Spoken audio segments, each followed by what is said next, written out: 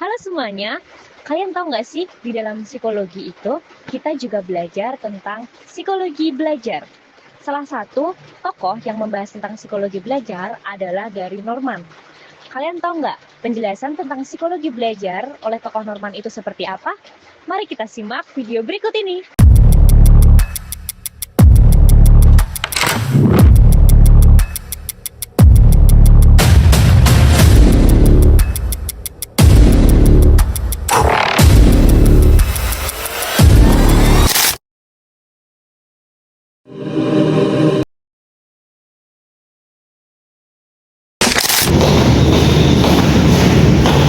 Iya, kamu kelihatannya serius banget lagi pelajarin apa? Iya ibu, saya lagi baca teori belajar hidup normal.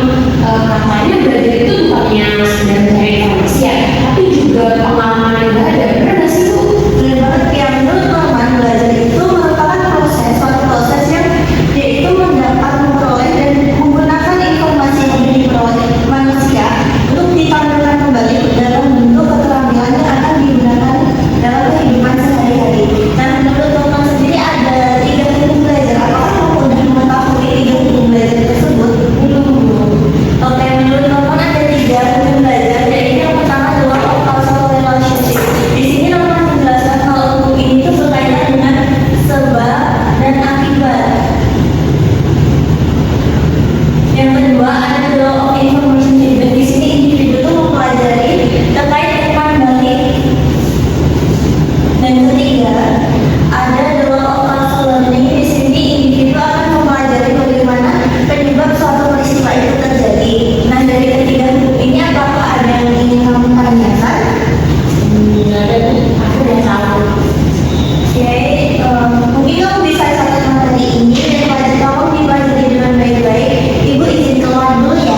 Terima kasih bu. Halo. Pak, kelihatannya serius banget ya tadi. Iya nih, Jauh kelihatan serius banget. lagi belajar tentang teori Norman. Oh, Nah, yang aku baca ada 4 mode belajar yang diidentifikasi loh. Mau aku jelasin nggak? boleh jadi penasaran aku. Ada 4 model. Apa aja tuh? Baru tahu aku. Boleh dong jelasin? Nih, yang pertama itu ada accretion.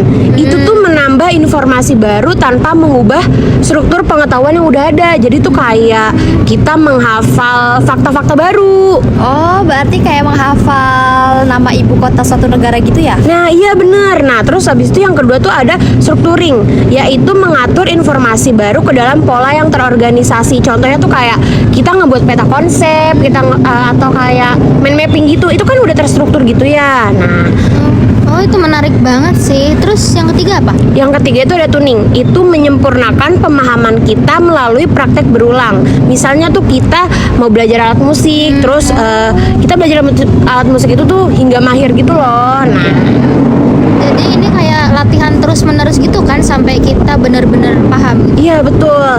Nah, yang terakhir itu ada learning by analogy. Nah, itu tuh memahami sesuatu dengan membandingkan dengan pengalaman yang sudah kita miliki. Oh, berarti itu tuh kayak memahami fungsi paru-paru dengan menganalogikan suatu kayak balon gitu ya? Ya betul. Nah, analogi itu membantu kita memahami konsep biar lebih mudah.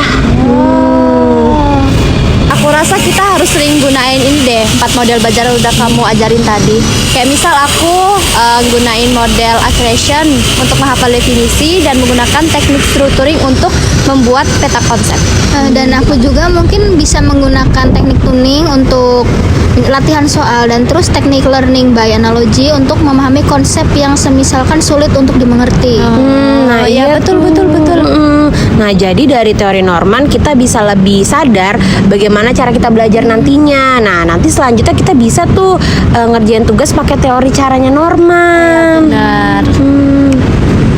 Baik, dari cerita tersebut dapat disimpulkan bahwa Norman mengajarkan kita bahwa belajar bukan hanya menerima sebuah informasi saja, tetapi juga menyelaraskan pengalaman baru dengan yang sudah ada.